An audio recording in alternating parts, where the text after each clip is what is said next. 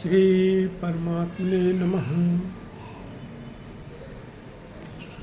भगवान ने कहा कि पृथ्वी, जल, तेज, वायु, आकाश और मन, बुद्धि तथा अहंकार, इस प्रकार 8 प्रकार के भेदों वाली मेरी यह अपरा प्रकृति है।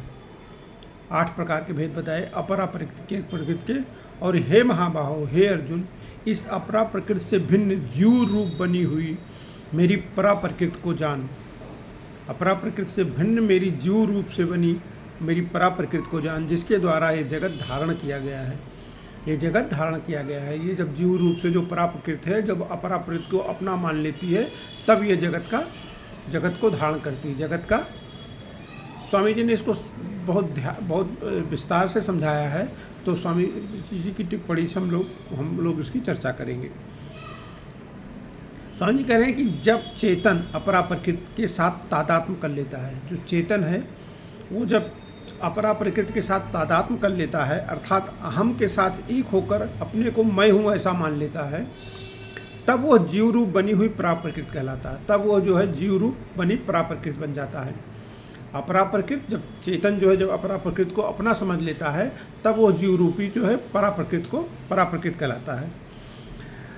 अहम से इधर जगत है और उधर परमात्मा है। मैं के एक तरफ जगत है और दूसरी तरफ परमात्मा है, परंतु जीव जो है उन परमात्मा को नहीं स्वीकार करके प्रत्युत अपनी अपरा प्रकृति को स्वीकार करके उसको जगत रूप से धारण कर लेता है और जन्म मरण बंधन में पड़ जाता है। मतलब चेतन जब अपरा प्रकृति को से तादात्म्य कर लेता है, उसको अहम रूप से धारण कर लेता है, तब वो जो है जीव रूप से परा प्रकृति बन जाता है। वो चाहे तो ना भी धारण करे, वो परमात्मा की तरफ चला जाए। अपरा से अन्य परा है और परा से अन्य अपरा है। परा और अपरा से दोनों अन्य हैं। अपरा अन्य अर्थात विजातीय है। अन्य को पकड़ने से ही परा जीव बनी है। अपरा जो है वो परिवर्तनशील है और परा जो है अपरिवर्तनशील है। दोनों ही भगवान की प्रकृतियाँ अर्थात शक्तियाँ हैं, स्वभाव हैं। भगवान की शक्ति होने से दोनों भगवान से अभिन्न हैं, क्योंकि शक्तिमान के बिना शक्ति की स्वतंत्रता नहीं होती। शक्तिमान के बिना शक्ति की कोई स्वतंत्र सत्ता नहीं होती है। अपरा जो है वो परिवर्तनशील है और परा जो है अपरिवर्तनशील है। दोनों ही भगवान की शक्तियाँ हैं, भगवान के स्वभाव हैं दोनों ही। भगवान की शक्ति होने से दोनों भगवान से अभिन्न है। भगवान की शक्ति है तो भगवान से अभिन्न है, क्योंकि शक्तिमान के बिना शक्ति की स्वतंत्र सत्ता नहीं होती है। नख और केश जो है, जैसे नाखून और केश होते हैं, निष्प्राण होने पर भी हमारे प्राणयुक्त शरीर से अलग नहीं है। नख और केश जो है निष्प्राण है, लेकिन हमारे प्राणयुक्त शरीर से अलग नहीं है। ऐसे ही अपरा प्रकृति जो है जड़ होने पर भी चेतन भगवान से अलग नहीं है। चेतन भगवान से वो अलग नहीं है। इस प्रकार जब अपरा और परा दोनों प्रकृतियाँ भगवान का स्वरूप हुई, तो फिर भगवान के सिवा क्या शेष रहा है? कुछ भी शेष नहीं रहा। वही वासुदेवा सर्वम। तात्पर्य है कि अपरा और परा दोनों प्रकृतियों के सहित भगवान का स्वरूप जो है समग्र है, अर्थात परा और अपरा, सत असत, जड़ चेतन सब कुछ भगवान ही है। संसार ना तो भगवान की दृष्टि में है और ना महात्मा की दृष्टि में है, परंतु जीव की दृष्टि में है। संसार जो है न भगवान की दृष्टि में है, न महात्मा की दृष्टि में है, परंतु जीव की दृष्टि में है। भगवान की दृष्टि में सत असत सब कुछ वही है, और महात्मा की दृष्टि में, भगवान की दृष्टि में सब कुछ वही है। सत असत सब कुछ वही है। सद सच्चा हम अर्जुन कहते हैं, सब कुछ मैं ही हूँ। और महात्मा की दृष्टि में सब कुछ भगवान ही है। वासुदेवा सर्वम। जीव ने राग द्वेष के कारण जगत को अपनी बुद्धि में धारण कर रखा है। जीव ने इसी बात को भगवान आगे जाके कहेंगे, जिसको कहा है कि मनः खष्ट इंद्रियाण प्रकृति स्थान कर्षत। मतलब जो है वो 6 इंद्रियों के द्वारा जो है प्रकृति स्थान में खींचा गया है। जगत को सत्ता देने से ही राग द्वेष पैदा होते हैं। जगत की जब सत्ता हो जाएगी तो राग द्वेष पैदा हो जाएंगे। जीव ने संसार की सत्ता मान ली और सत्ता मानकर उसको महत्ता दे दी। महत्ता देने से कामना अर्थात सुख भोग की इच्छा उत्पन्न हुई, जिससे जीव जन्म मरण में पड़ गया। तात्पर्य हुआ कि एक भगवान के सिवा दूसरी सत्ता मानने से ही जीव संसार बंधन में पड़ा हुआ है। अतः दूसरी सत्ता ना मानने की जिम्मेवारी जीव की है। जीव अगर इस संसार की सत्ता ना माने तो संसार है ही कहाँ। भगवान ने पृथ्वी, जल, तेज, वायु, आकाश, मन, बुद्धि और हम, इन 8 को अपरा प्रकृति, जड़ प्रकृति कहा। भगवान ने सबको जो 5 जो वो है पंचमहाभूत हैं, और 3 जो है मन, बुद्धि और अहंकार, इनको भगवान ने जड़ प्रकृति कहा है। अतः जैसे पृथ्वी जड़ और जानने में आने वाली है, ऐसे ही अहम भी जड़ और जानने में आने वाला है। तात्पर्य है कि पृथ्वी जल आदि 8 एक ही जात के हैं, जो है मन, बुद्धि, अहंकार, और पृथ्वी, जल, आकाश, तेज, वायु, ये सब एक ही जाति के हैं। कैसे कैसे एक ही जाति के हैं, तो भगवान वो समझा रहे हैं, स्वामी जी समझा रहे हैं। एक अनेक में, एक जो है अनेक में अनुगत हो तो उसे जात कहते हैं। पृथ्वी, जल, तेज, वायु, आकाश, बुद्धि और भद, इन 8 में जाति एकता तो है, पर स्वरूप की एकता नहीं है। अर्थात जात एक होने पर भी इनका स्वरूप अलग अलग है, इसीलिए इनको अष्टधा कहा गया है। अपरा प्रकृति होने से यहाँ पृथ्वी, जल आदि को अपरा प्रकृति कहा गया है। पृथ्वी स्थूल है, पृथ्वी से सूक्ष्म जो जल है, और जल से सूक्ष्म तेज है, तेज से सूक्ष्म वायु है, वायु से सूक्ष्म आकाश है, आकाश से सूक्ष्म मन है, और मन से सूक्ष्म बुद्धि है, और बुद्धि से सूक्ष्म अहम है। अपरा प्रकृति में अहम सबसे सूक्ष्म है। इस प्रकार भगवान ने स्थूल से सूक्ष्म तक के क्रम को अपरा प्रकृति का वर्णन किया है।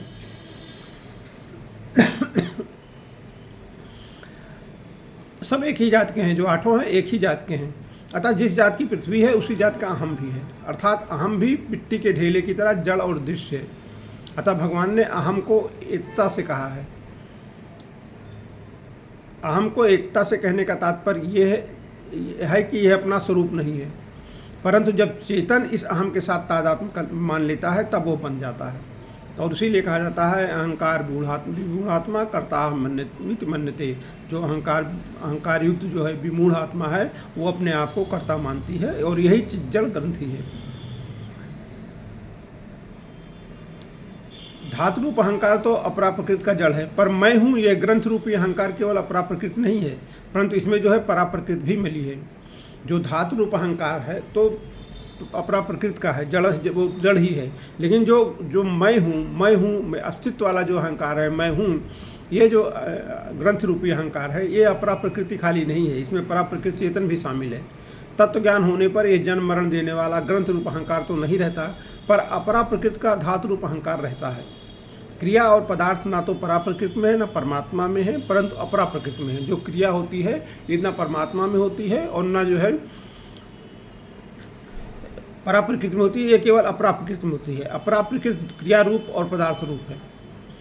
परमात्मा प्रकृति की सहायता से ही सृष्टि रचना करते हैं। परा प्रकृति, परमात्मा जो है प्रकृति की सहायता से ही सृष्टि रचना करते हैं। परा प्रकृति अर्थात जीव क्रिया और पदार्थ रूप अपरा प्रकृति में आसक्त करके उसका आश्रय लेकर बन जाता है। अपरा की आसक्ति और उसका आश्रय लेना ही जगत को धारण करना है।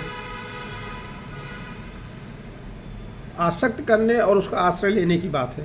अगर जीव अपरा प्रकृति में आसक्त ना रखे और उसका आश्रय ना ले तो वो मुक्त हो जाएगा। अगर वो भगवान में आसक्ति करे और उसका आश्रय ले तो वो भक्त हो जाएगा। जगत की कह रहे हैं स्वामी जी कह रहे हैं, जगत की स्वतंत्र सत्ता नहीं है। बांधने वाला जगत तो जीव ने ही बना रखा है। जीव जगत को धारण करता है, इसी से सुख दुख होते हैं, बंधन होता है। 84 लाख योनियाँ, भूत प्रेत पिशाच देवता आदि योनियाँ तथा नरकों की प्राप्ति होती है। सत्य, रज और तम ये तीनों गुण कोई बाधा नहीं देते, परंतु इनका संग करने से जीव ऊर्ध्वगत, मध्यमगत अथवा अधोगत में जाता है। ये दोनों तीनों गुण होते हैं सत्य, रज, तम, ये कोई बाधक नहीं है। लेकिन जब इनका संग कर लेगा कोई तो उसकी जीव की उधर ऊर्ध्वगत होगी, मध्यगत होगी या अधोगत हो जाएगी। गुणों का संग जीव स्वयं करता है। अपरा प्रकृति से किसी के साथ कोई संबंध नहीं करती। अपरा प्रकृति जो है किसी के साथ कोई संबंध नहीं करती। प्रकृति ना संबंध ना प्रकृति करती है ना गुण करते हैं, ना इंद्रिया करती है ना मन करता है, ना बुद्धि करती है। जीव स्वयं ही संबंध करता है। मन, बुद्धि, ये इंद्रियां ये सब संबंध नहीं करती हैं। संबंध कौन करता है? जीव। इंद्रियां तो सबको एक जैसा देखती हैं, लेकिन मन जो है, जो जीव है, वो कहता है नहीं ये मेरी माता है, ये मेरे पिता है, ये मेरा भाई है, ये मेरा है, ये मेरा है। जीव ही संबंध करता है, इसलिए सुखी दुखी हो रहा है, जन्म मरण में जा रहा है। जीव स्वतंत्र है क्योंकि ये परा अर्थात उत्कृष्ट प्रकृति है। अपरा प्रकृति तो उस बेचारी कुछ नहीं करती क्योंकि उसमें चेतना और कामना तो है ही नहीं है। उससे संबंध जोड़कर उसका सदुपयोग दुरुपयोग करके जीव ऊंच नीच योनियों में जाता है, भटकता है। पृथ्वी में कहाँ चेतना कामना है? वो तो जो जीव उसको समझेगा अपना, वो तो अपनी जगह पे स्थिर पड़ी हुई है। जीव कहता है ये मेरा हिस्सा है, ये मेरा हिस्सा है, ये मेरा हिस्सा है, कामना करके वो सुख दुख में जाता है। तात्पर्य है कि परिवर्तनशील होते हुए भी जीव विजातीय जगत के साथ संबंध जोड़कर परिवर्तनशील जगत रूप हो जाता है। जीव जो है अपरिवर्तनशील है, लेकिन चूंकि वो परिवर्तनशील के साथ संबंध जोड़ लेता है, इसलिए वो भी परिवर्तनशील जगत रूप हो जाता है। उसकी दृष्टि शरीर की तरफ रहती है, अपने स्वरूप की स्मरण होती ही नहीं है। जो हमसे सर्वथा अलग है, उस जगत अर्थात शरीर, इंद्रिय, मन, बुद्धि, अहम के साथ अपनी एकता मान ली, यही जगत को धारण करना है। वास्तव में जगत हमारा है ही नहीं, क्योंकि अगर हमारी चीज़ हमारे को मिल गई होती तो हमारी कामनाएं सदा के लिए मिट जाती, हम निर्मम, निर्भय, निश्चिंत और निष्काम हो जाते।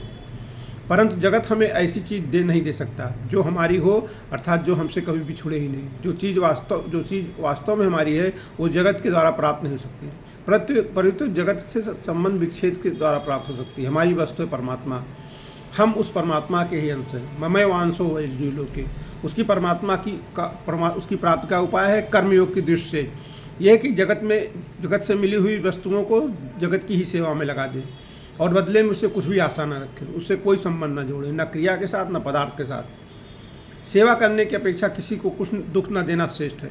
किसी को दुख न देने की अपेक्षा किसी का भी अहित न करने से सेवा अपने आप होने लगती है, करनी नहीं पड़ती। अपने आप होने वाली क्रिया का अभिमान नहीं होता और उसके फल की इच्छा भी नहीं होती है। अभिमान और फल इच्छा का त्याग करने पर हमें वो वस्तु मिल जाती है जो हमारी है, परमात्मा। वास्तव में अपरा प्रकृति की परमात्मा के सिवाय अलग सत्ता है ही नहीं है।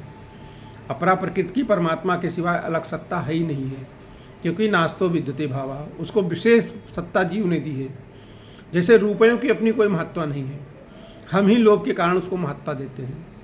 हम जिसको महत्ता देते हैं उसी में हमारा आकर्षण होता है। महत्ता तब देते हैं जब दोषों को स्वीकार करते हैं। महत्ता हम तब देते हैं जब दोषों को स्वीकार कर लेते हैं। भगवान ने कहा ना, स्वामी जी ने कहा कि किसी का भी अहित नहीं करना है। तो किसी का भी अहित ना करने से दो बातें होंगी। हम कुछ नहीं करेंगे, अगर कुछ करेंगे तो हमारे से सेवा ही होगी। कुछ ना करना अथवा सेवा करना, इन दोनों से ही संसार से संबंध विच्छेद होता है। कारण कि कुछ ना करने से कोई दोष होता ही नहीं है और अपने आप सेवा होने से सब दोष मिट जाते हैं। जैसे भोजन करने में मैं खाता हूँ, इस प्रकार जो अभिमान होता है वो भोजन पचने में नहीं होता है, क्योंकि अपने आप पचता है। ऐसे ही सेवा अपने आप होने से कृतित्व का अभिमान और फलासक्ति का त्याग जो है स्वतः हो जाता है। संसार के जो है स्वामी जी कह रहे हैं ना, जब दोषों को स्वीकार करते हैं तब हमारा आकर्षण होता है। संसार के सब दुख जो है दोष जनित हैं। दोषों को स्वीकार करने से ही सुख दिखता है। काम के कारण मनुष्य स्त्री के बिना नहीं रह सकता, लोभ के कारण मनुष्य धन के बिना रह सकता, मोह के कारण मनुष्य परिवार के बिना रह सकता है, दोष के कारण ही उसको त्याग का महत्व नहीं दिखता है। अनंत स्वामी जी कह रहे हैं कि हमें इस बात का पता ही नहीं लगता कि हम उनको महत्ता और महत्ता दे रहे हैं। तादाद मिटने पर दोष तो रहते ही नहीं है, गुण दिखते नहीं हैं।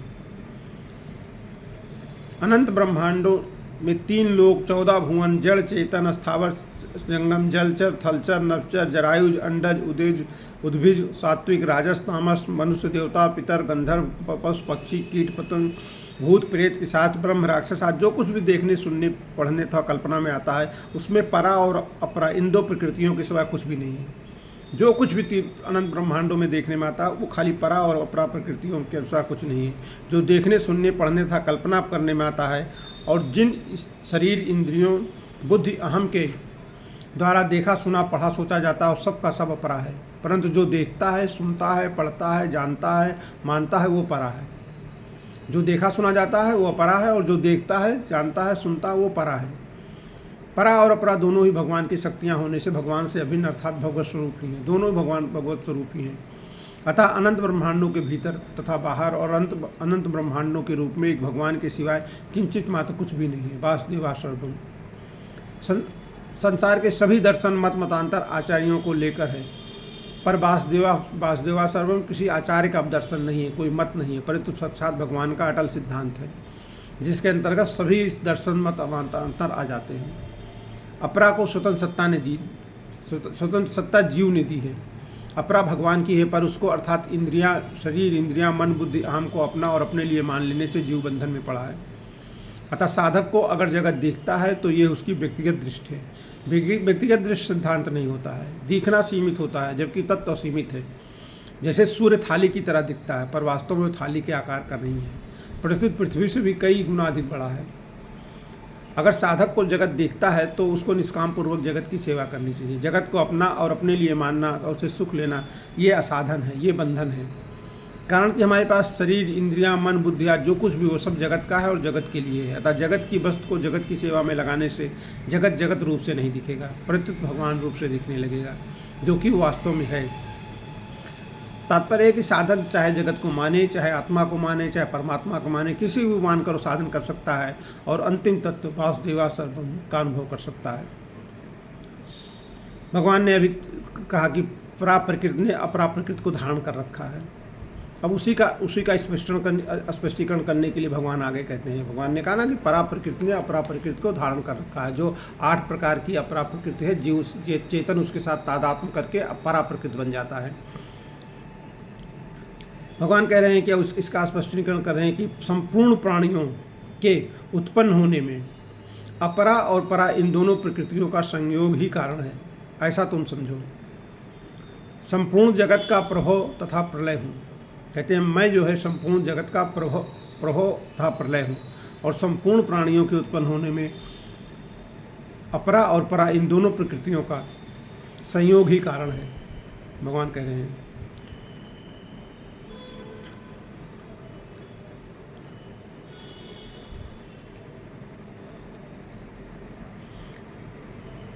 जितने भी देवता, मनुष्य, पशु, पक्षी आदि, जंगम और वृक्ष, लता, घास आदि स्थावर प्राणी हैं, वे सब के सब मेरी परा और अपरा प्रकृति के संबंध से उत्पन्न होते हैं। भगवान ने आगे जो है समझाएंगे कि क्षेत्र और क्षेत्रज्ञ के संबंध से संपूर्ण स्थावर जगत प्राणियों की उत्पत्ति बताई है। आगे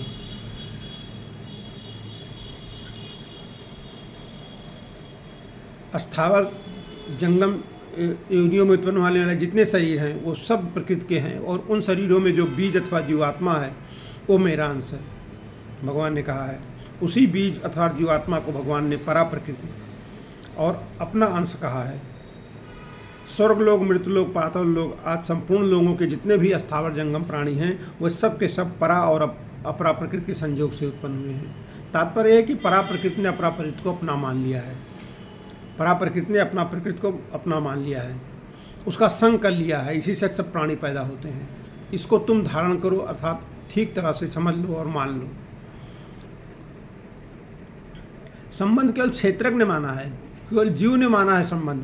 जो क्षेत्र है उसने नहीं माना है। जैसे खेत का मालिक खेत से संबंध मान रहा, खेत थोड़ी मालिक से संबंध मान रहा है। खेत है, उसका मालिक कोई है, मालिक है, वो खेत से संबंध मान रहा कि ये खेत मेरा है।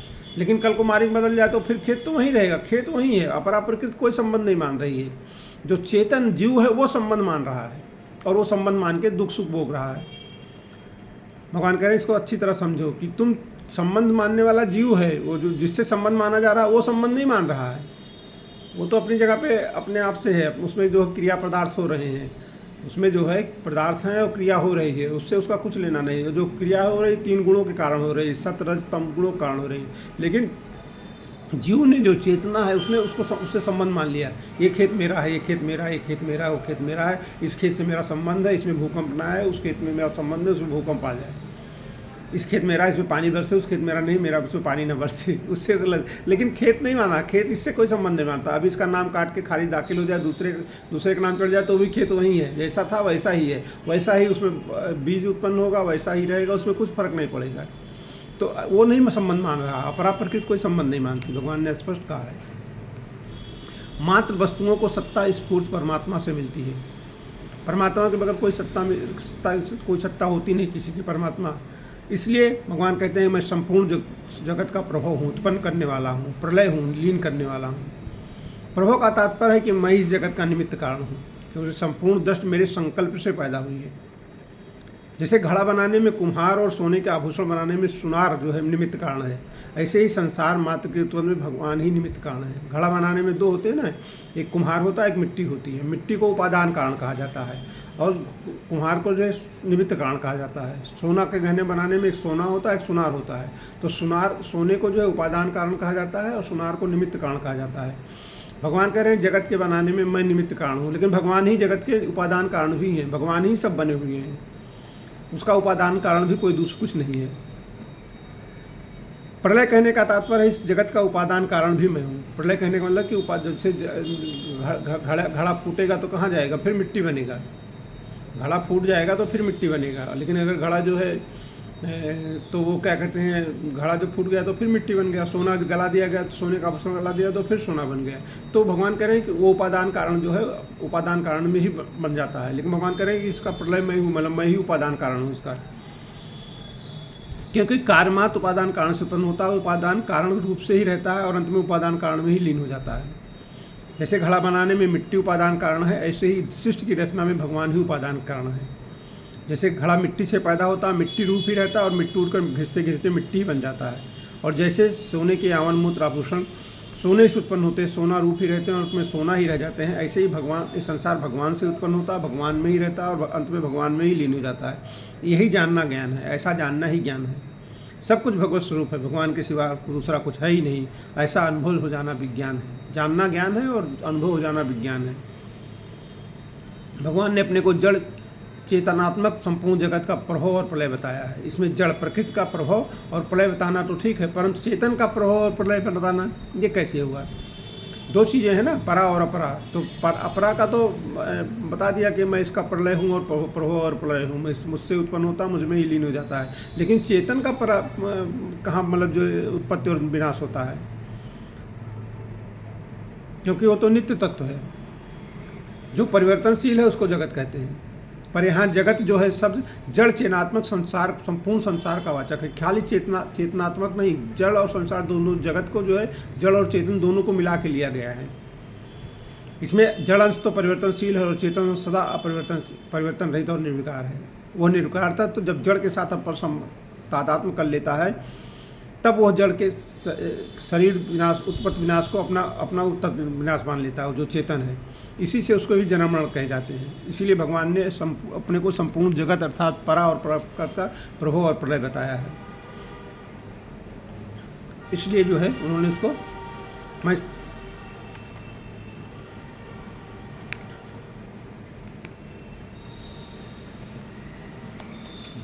स्वामी जी इसका थोड़ा स्पष्टीकरण करके कह रहे हैं कि जो न खुद को जान सके और न दूसरे को जान सके वो अपराप्रकृत है। जो खुद को भी जान सके और दूसरों को भी जान सके वो अपराप्रकृत है। चेतन है ना, चेतन के बगैर पृथ्वी खुद को नहीं जानती है, न दूसरों को जानती है, न जल को जानती है, न किसी को नहीं जानती है। जल भी जो है पृथ्वी को जानता है। तो ऐसे ही जो खुद को जान सके, न जान सके और न दूसरे को जान सके वो अपराप्रकृत है। जो खुद को भी जान ले और दूसरे को भी जान ले चेतन, तब तो वो पराप्रकृत है। इन अपरा और परा दोनों के माने हुए संयोग से ही संपूर्ण स्थावर जंगम प्राणी पैदा होते हैं। मूल दोष एक ही है जो स्थान भेद से अनेक रूप से दिखता है, वो अपरा के साथ संबंध। इस एक दोष से ही संपूर्ण दोष उत्पन्न होते हैं। परा जो है परा के साथ संबंध मान लेता है, इसलिए सब दोष उत्पन्न हो जाते हैं। इसी तरह मूल गुण भी एक ही है, जिससे संपूर्ण गुण प्रकट होते हैं, भगवान के साथ संबंध। एक बार भगवान के साथ संबंध मान लिया तो फिर दूसरा कुछ मानने की जरूरत नहीं है।